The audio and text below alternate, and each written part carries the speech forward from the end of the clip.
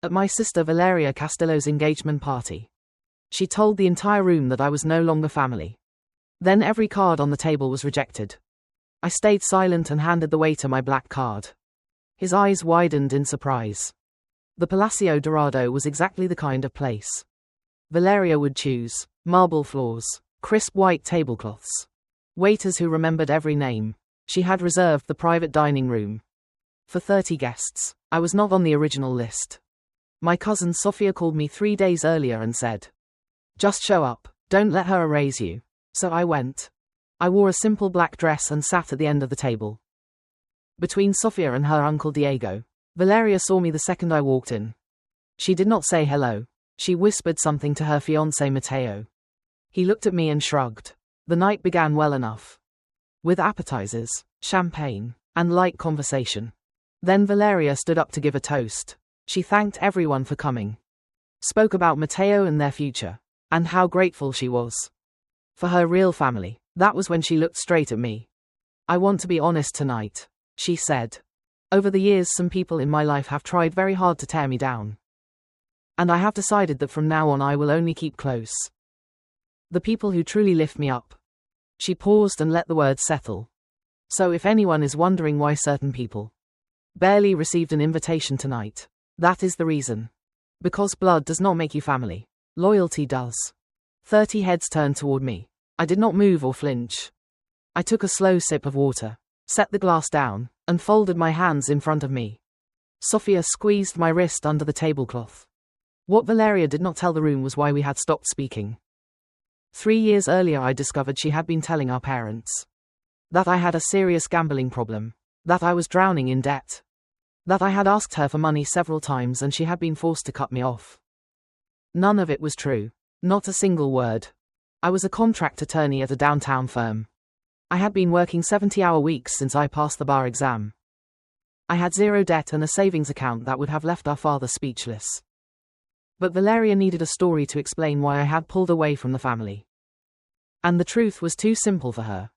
The real reason I stopped attending was that every time I showed up at a family event, Valeria found a way to make it about her. My promotion dinner became a discussion about the lease on her new car. My birthday brunch turned into a therapy session about her breakup. When I graduated from law school, she announced her engagement to a different boyfriend at the table before I could even open my cards. So I stopped going. Instead of accepting it, Valeria rewrote the entire story.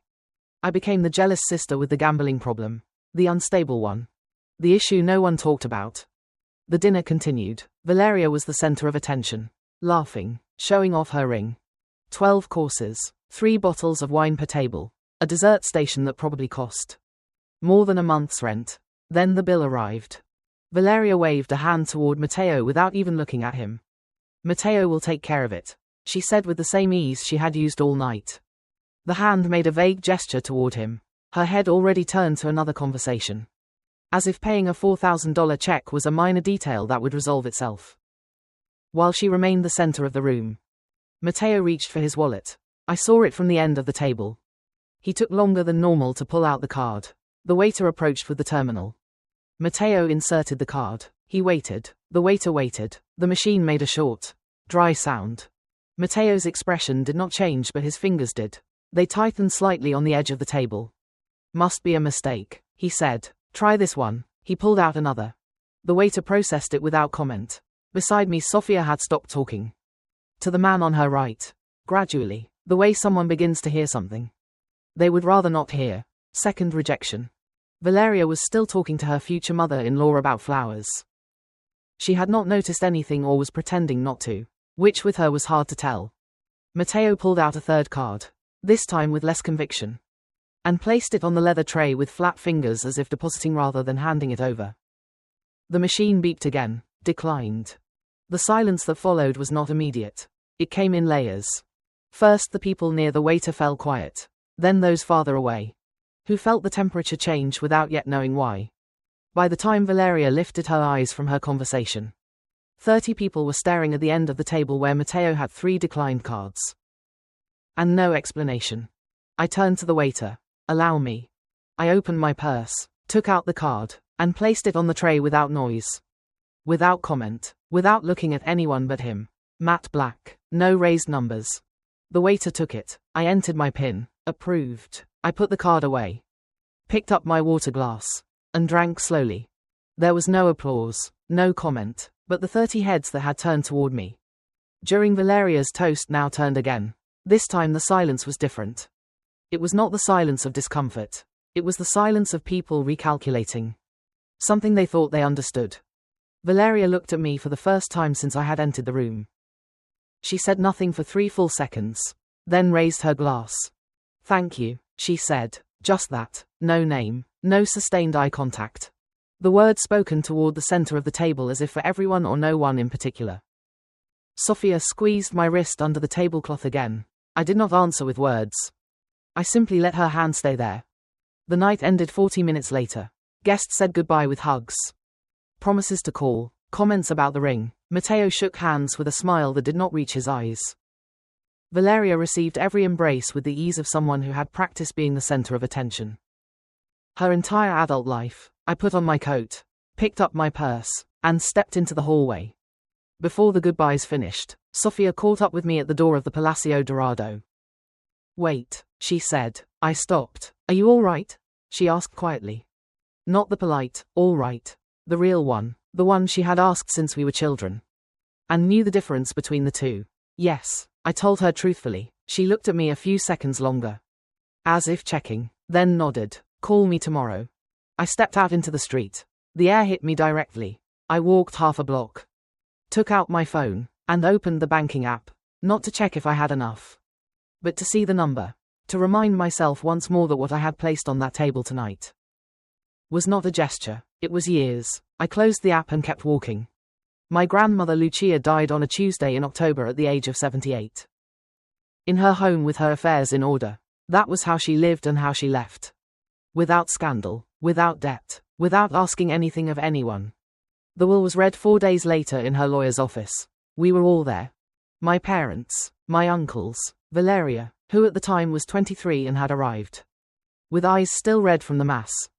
When the lawyer said my name, I felt the air in the room change before he finished the sentence. Grandma had left it all to me. Not 100% of everything. She left things to my parents, to my uncles, distributed with care. But the main part, the account, no one in the family knew exactly how much it held. The property on the outskirts that had been quietly rented for years. And the 3-page handwritten letter that no one else read because it was only for me. All of that came to my name. Valeria did not cry that time. She stared at the lawyer's table with an expression I knew well.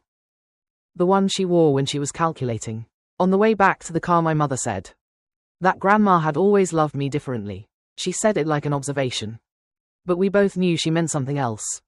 That night, alone in my apartment, I read grandma's letter 3 times.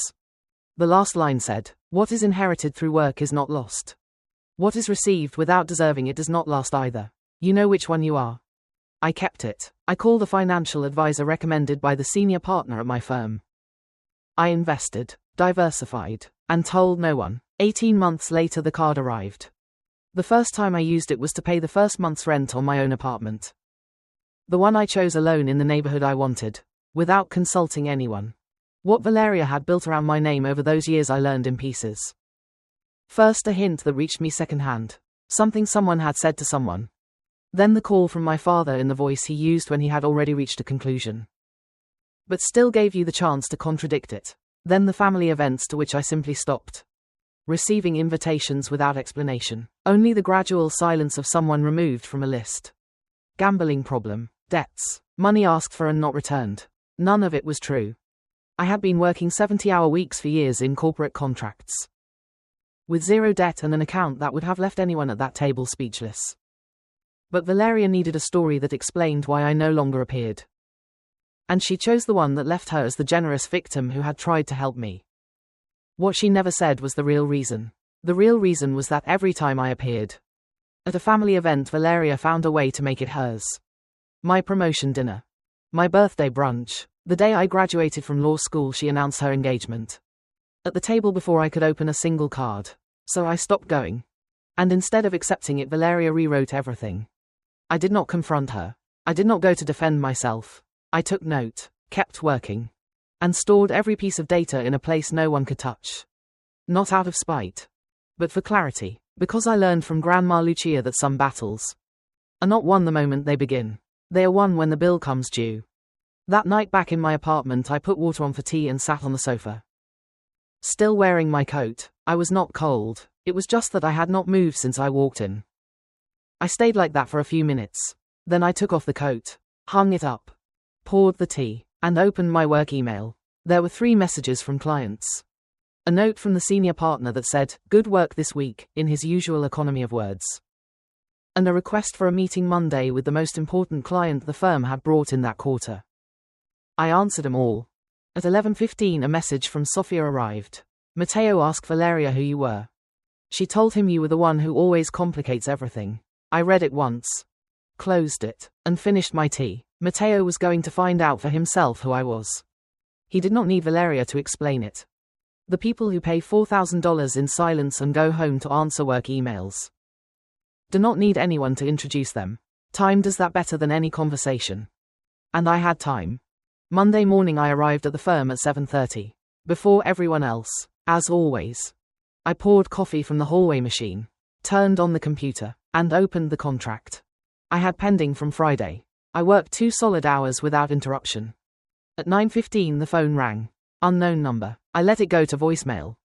5 minutes later the same number rang again. I let it go again. On the 3rd try I answered. Yes, hello, a young man's voice, slightly tense. This is Matteo Rivera, Valeria's fiancé. I recognized the voice before he finished saying the name. It was the same voice from Saturday that had said, "Must be a mistake." With too much calm to be genuine. "I know who you are," I said. "How did you get this number?" I asked Sofia. "Sofia, I would have to talk to her." "What do you need, Matteo?" There was a short pause. The kind that happens when someone has prepared what they are going to say, and at the last moment decides to change it. I wanted to apologize for Saturday. For the situation with the check. It was a misunderstanding with the bank. An international transaction block. It's already resolved, but it was not right that you had to. You do not need to apologize. I interrupted. It did not bother me. Still, I wanted to say it. It is said. Anything else? Another longer pause. This time could we meet? Have coffee. I want to talk to you. I closed the contract on the screen and leaned back in my chair. Matteo, does Valeria know you were calling me? The pause that followed was answer enough. No, he said finally. Then no, I said. I will not meet with you behind my sister's back. If you want to talk, find me when she knows. I hung up. I placed the phone face down on the desk and returned to the contract. It took me a few minutes to pick up the thread again. Not because of the call itself, but because of what it meant. Matteo had not called to apologize for the check. That was the pretext. He had called because something that night had created a question Valeria had not answered. Or had answered badly, and now he was looking for the other version. What he did not know was that I had no interest in giving it to him. Sofia called me that same afternoon at 6 when I was already leaving the firm. She asked me for your number. She said before I could speak. I'm sorry, I know I should have asked you first. What exactly did he tell you? That he wanted to apologize for the check. He sounded genuine. Sounds, I said. How much do you know about Matteo? Before Valeria, not much. They have been together 8 months. She met him at a work event. He has a medium-sized import company. Nothing extraordinary.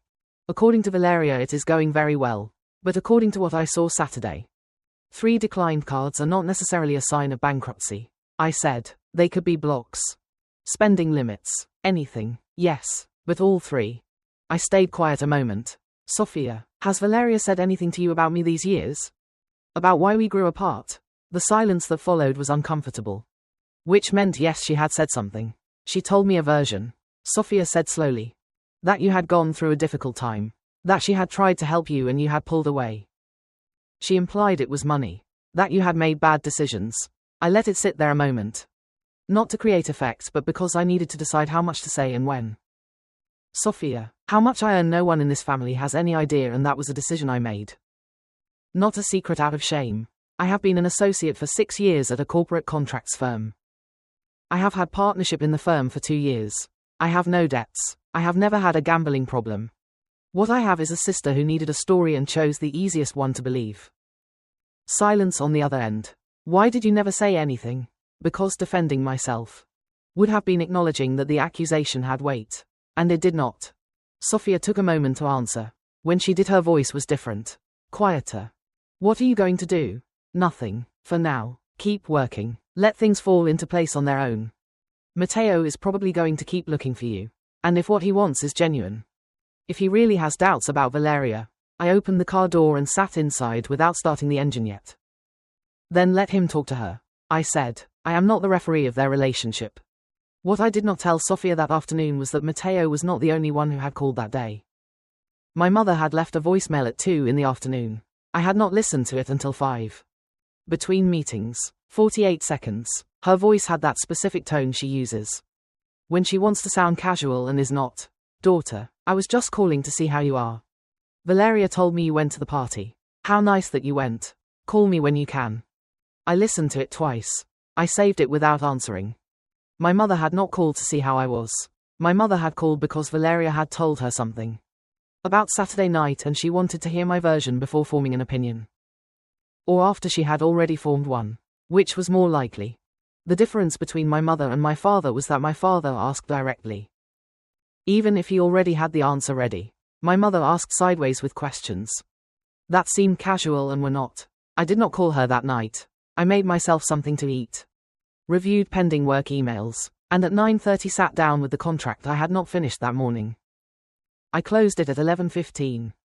It was a clean contract. No loopholes. The kind Arthur reviewed in 10 minutes and signed without comment. I brushed my teeth and went to bed. In the darkness of my bedroom ceiling I thought about Matteo. Not about him as a person but about what he represented. A man who had come to that table, believing the night was under his control. That Valeria had everything organized. That he only had to show up, pay the check, and be the perfect fiancé. And in the course of one dinner he had discovered that the cards did not go through. That his future sister-in-law existed and paid without blinking. And that something in the story Valeria had told him about her family did not quite add up. It was not my fault what Matteo was feeling right now, but it was also not my problem to fix it. I closed my eyes. Tomorrow there was an 8 o'clock meeting with the quarter's client. I needed to be rested and focused on the contract. Not on my sister's engagement party. The rest could wait. Monday morning I arrived at the firm at 7:40. Before everyone else. As always I poured coffee. Turned on the computer. And opened the contracts pending from Friday. At 9 Arthur called from his office. Closed the door. I sat in front of his desk. Arthur was 62. Had 30 years in the business. And was not the kind of man who called meetings without reason. Friday night Rodrigo called me. He said. Wait. Victor Mendoza called me. He is a partner at an investment fund that has been evaluating for 2 years whether to bring his contracts to our firm. He told me he was at the Palacio Dorado. That he saw something interesting. I said nothing. He asked me who you were. Arthur looked at me with that pause he used when he wanted the other person to speak first. I did not speak. I told him you are the attorney who structured the 3 merger contracts we closed this year. He took his cup. He wants a meeting this week. What kind of meeting? The kind where he brings his legal team and evaluates whether he lets us handle the entire portfolio. 12 contracts annually renewable. I stayed still a moment. What was Victor Mendoza doing at the Palacio Dorado? He is Matteo's godfather. Arthur raised an eyebrow. Do you know him? I saw his name on the guest list. Arthur nodded slowly. He asked nothing more. That was one of the reasons I had worked for him for 4 years. The meeting is Wednesday at 3. He said. Prepare a summary of the 3 merger cases. Nothing elaborate. Just the numbers and timelines. I left his office and returned to my desk. Victor Mendoza had seen me pay $4,000 in silence at Valeria's engagement party. And the first thing he did Monday was call the senior partner at my firm to ask who I was. I opened the merger contract file and started working. Sofia texted me at 12:30. Do you have time for lunch? Meet me at the cafe on the corner of my office. She arrived 5 minutes late with her hair pulled back and a face that said she had not slept well. Matteo cancelled 2 commitments this week, she said before I could ask. She ordered water and opened it. Valeria says he is reorganizing finances. Those were her exact words. Reorganizing what I do not know. But last night I called her and it took her a while to answer. When she did she sounded strange. Tense. Sofia looked at me. Did you know anything about Matteo? About his situation? No, nothing. Because 3 declined cards at an engagement dinner is not a system error. No, I repeated. It is not. Sofia turned the glass between her hands. My mom called me this morning. She says your mom called her. That Valeria is very upset about what happened Friday. I took my coffee. Upset about which part? I asked. Sofia looked at me hard. About the card. I did not answer. She says it was a calculated act to humiliate her. Sofia. I looked at her. Matteo had the means to pay that check. She did not answer immediately. That was already an answer. I do not know for sure. She said finally. I do know, I said, and you know too. Valeria waved a hand toward a man who did not have funds in front of 30 people. What happened afterward was not my decision. It was the consequence of hers. Sofia rested her elbows on the table. What are you going to do? Keep working. That is all, for now. She knew me too well to believe me completely, but also too well to press. We finished lunch talking about other things. Wednesday at 3, Victor Mendoza arrived at the firm with 2 members of his legal team. He was a man of about 55. Dark suit, simple watch, the kind of man who does not need to prove anything. Because he already has. The meeting lasted 90 minutes. I presented the 3 merger cases. Victor asked precise questions. His lawyers took notes. Arthur spoke twice, both times to add context.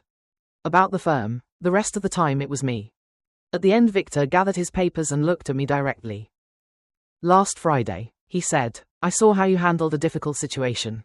Without drama. Without comments. With class. He paused. That tells me more about a person than any resume. I did not answer. We will talk next week, he said. He stood up, shook Arthur's hand. Then extended his to me. It has been a pleasure. When they left, Arthur closed the meeting room door and looked at me. Good work. Thank you. The card thing was at your sister's engagement party, right? Yes. He nodded once. Good. He stood up. Take those files to my office before 6. That was all. I returned to my desk, opened my email, and found a message from my mother. I had not read her messages for 3 days. I opened it. I hope you are well. What happened Friday hurt your sister very much. I think you should call her. I closed it.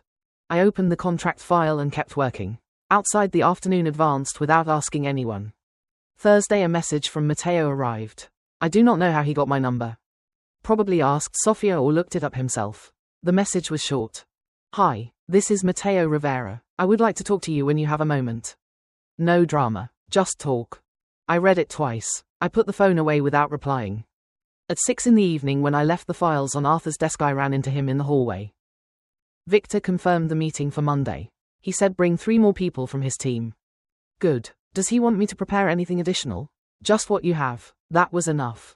He picked up his coat from the rack. One more thing. Victor asked if you would be available to be the lead attorney on his contracts. Not the firm. You. I stayed still. What did you tell him? I told him that depends on you. He looked at me. It depends on you. Arthur left. I stayed alone in the hallway a moment. I went into my office. Picked up my purse and coat. Before turning off the light, I checked my phone once more. Matteo's message was still there unanswered. I left it. There were things that could wait and things that could not. I had learned to tell the difference. Long before Valeria decided I was the family problem, I turned off the light and left. The following Monday, Matteo replied to his own message. I understand you do not want to talk. But there is something you need to know about Valeria. Not to hurt you, so you are prepared. I read it in the taxi on the way to the firm. I saved it without replying. The meeting with Victor began at 10. This time he brought 5 people. 2 in-house lawyers, a financial analyst, and 2 junior partners from the fund. Arthur opened the session with 4 minutes of institutional context and then gave me the floor. I spoke for 1 hour and 20 minutes. I presented the 3 cases, the timelines, the clauses we had protected, the risks we had anticipated, and the ones we had neutralized before they became problems. The financial analyst asked me 6 questions.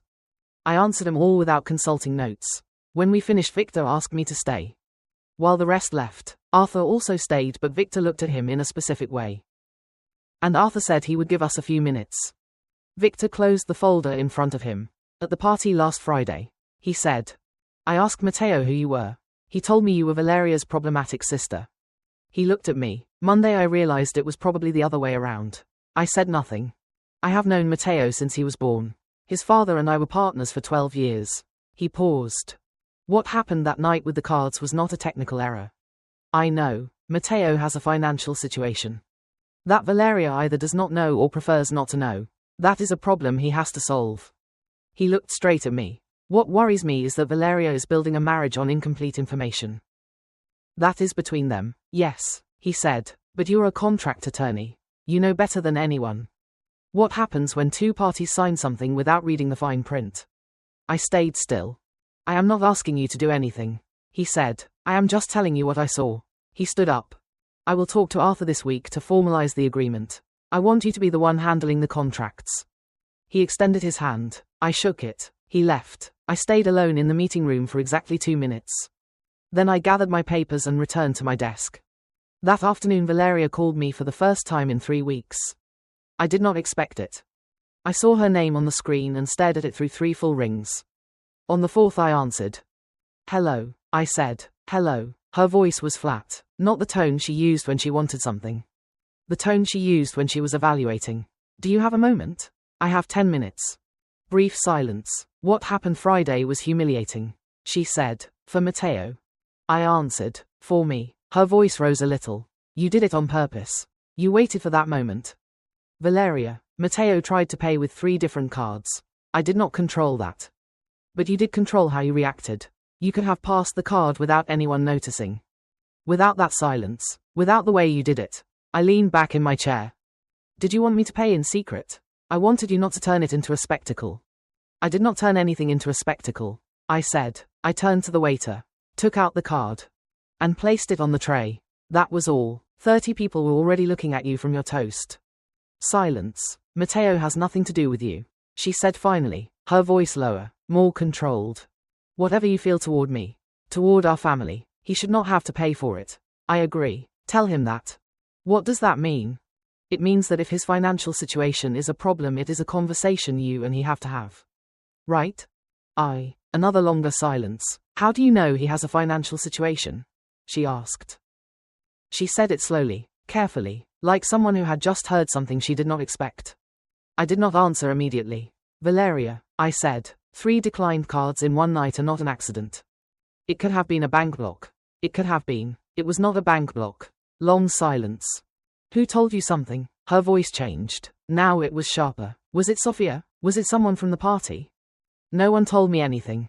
I was sitting at the same table as you. I do not believe you. That is fine. What exactly do you know? Nothing you could not have seen yourself if you had wanted to see it. Silence.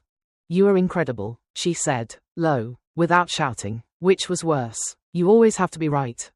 You always have to be the one who knows more. I did not answer. My parents want to call you, she said. I am letting you know so it does not take you by surprise. Good. She hung up. I stayed with the phone in my hand. Outside my office the firm kept working. Keyboards. A printer. The voice of one of the associates explaining something on the phone. I opened Matteo's message. There is something you need to know about Valeria. Not to hurt you, so you are prepared. This time I did reply. When can you talk? The answer came in less than a minute.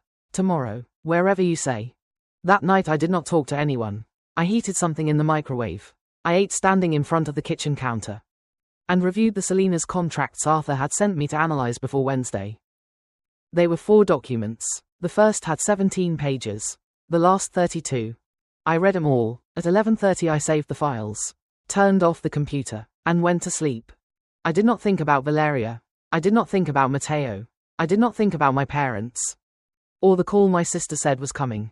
I thought about the clause in the 3rd contract. That had an ambiguity in the dispute resolution paragraph and how I was going to redraft it better before Wednesday. That was what there was. That was enough for now. Matteo chose a cafe near his office downtown. I arrived 5 minutes early, ordered water, and found a table in the back away from the window. He arrived on time. He wore a blue shirt without a tie, the kind of clothing someone wears when they want to seem accessible. But not informal. He saw me from the entrance, nodded, and approached. Thank you for coming, he said. You said there was something I needed to know. He sat down, ordered a coffee without looking at the menu, then clasped his hands on the table and looked at me. I am going to be direct, he said. Valeria does not know the full extent of what is happening with my finances. She knows there are adjustments, that I am reorganizing, but she does not know the real numbers. Why are you telling me this? Because Victor Mendoza called me Monday and told me he had hired your firm. And because I know that if anyone in that family understands what it means to sign something without reading the small print, it is you. I looked at him. What did you sign? I asked. Matteo took out his phone, searched for something, and passed it to me. It was a photo of a document. I read it slowly. It was a prenuptial agreement drafted by a lawyer I did not know, with a shared assets clause that included premarital assets under certain cohabitation conditions.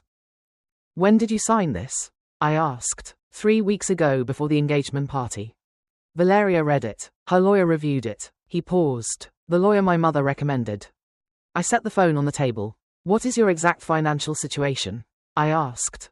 Matteo breathed. 2 properties with overdue mortgages. A debt with a private investor.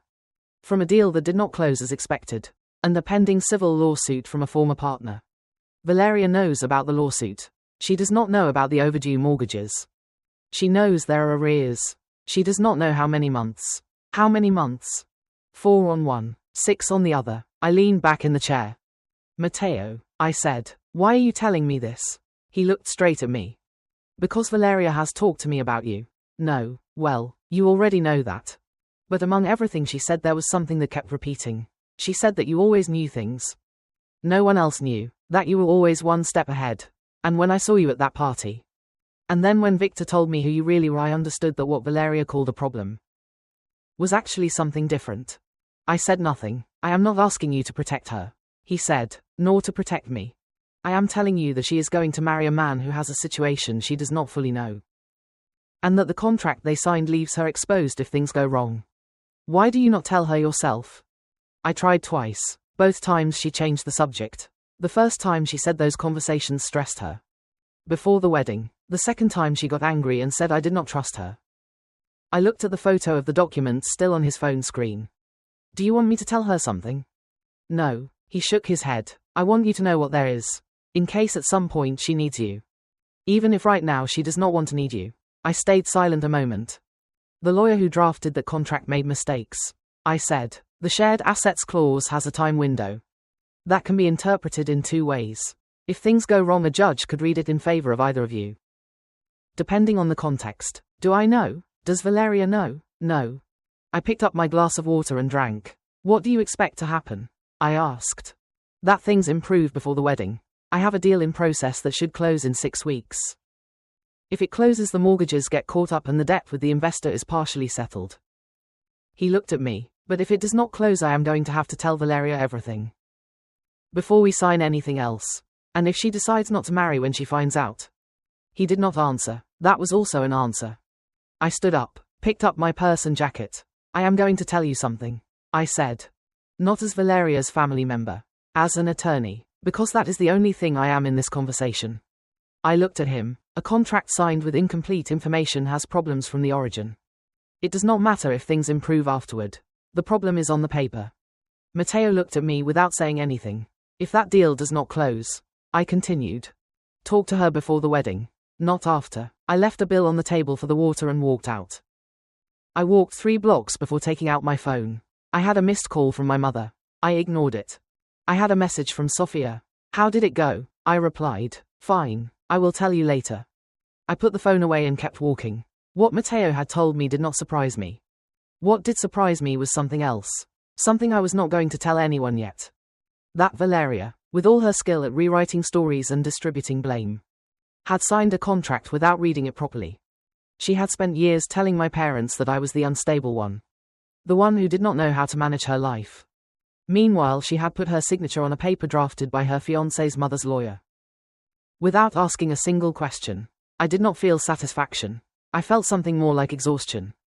I stopped at the corner, waited for the light, and crossed. Wednesday I had to deliver the corrected contracts for Victor. That was what there was for today. That night my parents called. I had known since Valeria warned me. Still I let it ring twice before answering. My mother spoke first. She told me the situation between Valeria and me had them worried. That the party had been difficult for everyone. That she hoped we could talk as a family.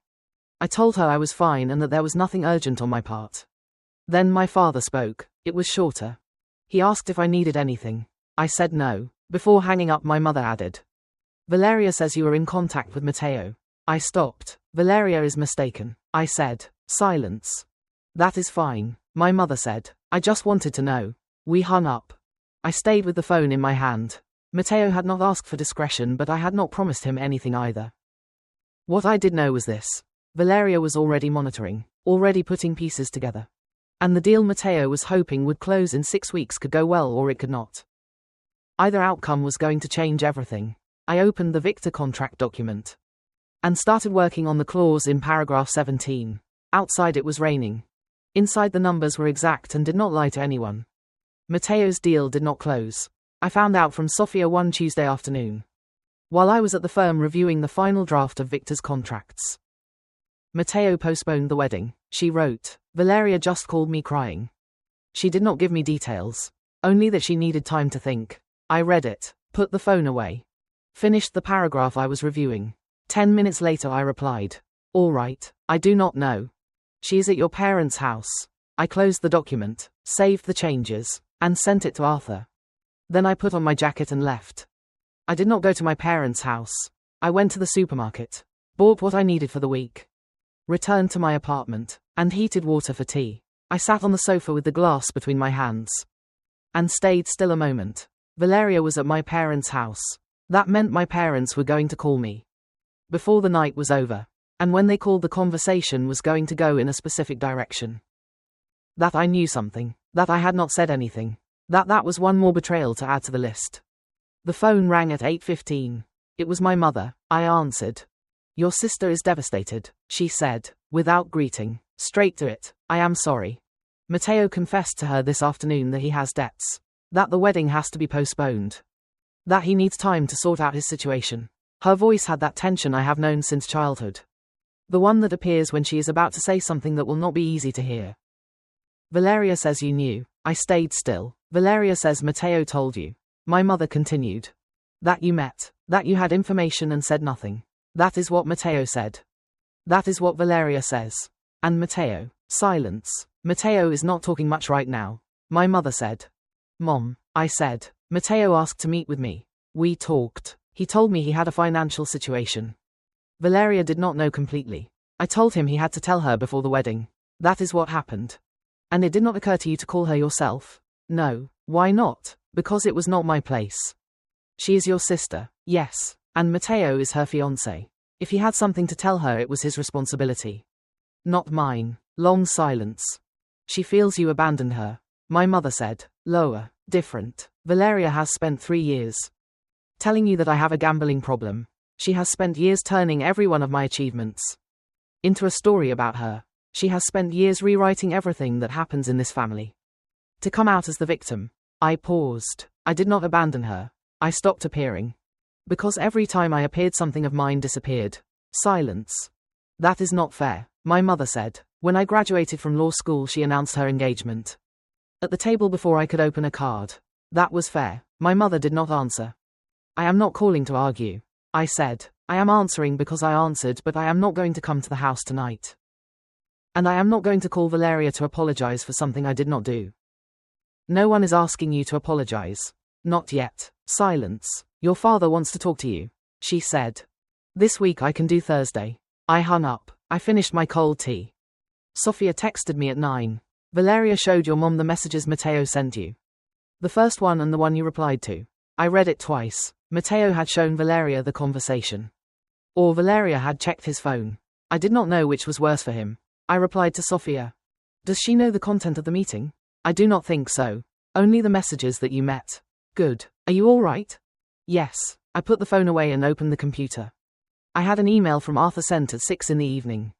Victor signed 12 contracts. Congratulations. I read it once. Then I read it again. 12 annually renewable contracts. It was the largest portfolio I had managed since I joined the firm. It was also, without anyone in my family knowing it, the direct result of having paid $4,000 in silence at an engagement party 3 weeks earlier. I did not call anyone to tell them. I did not send messages. I replied to Arthur's email with 3 words. Thank you. Tomorrow we talk. I closed the computer. Valeria was at my parents' house with her real pain, her real confusion, and her version of the facts that probably already included a role for me in the problem. That was not going to change tonight. What had changed was this. For the first time in years, Someone outside my firm had seen exactly who I was. Not the problematic sister. Not the unstable one. Not the character Valeria had built to explain her own story. Victor Mendoza had seen a woman pay $4,000 without blinking and go home to work and had decided that was the person he wanted in front of his contracts. That was mine. Completely mine. And no one in that family could rewrite it. Thursday I had lunch with my father. He arrived at the restaurant 5 minutes early, which meant he wanted to talk seriously. We ordered without looking much at the menu. Your mother is worried, he said. I know, sir. Am I? About Valeria or about me?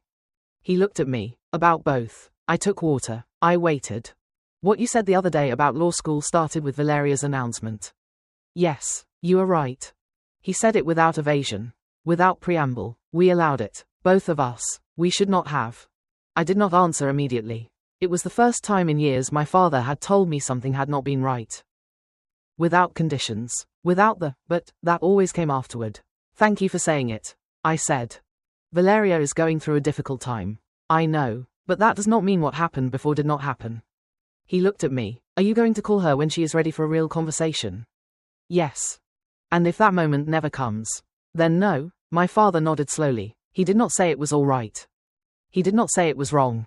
He simply nodded. We ate. We talked about other things. When we said goodbye at the restaurant door, he gave me a brief, firm hug. The kind he did not give often. I walked back to the firm with my hands in my pockets. Outside the sun was strong for November. I did not think about Valeria. I thought about the Victor contracts. I had to review before Friday. That was enough for today. 6 weeks passed. Arthur offered me a percentage of partnership in the firm. He did not announce it in a meeting.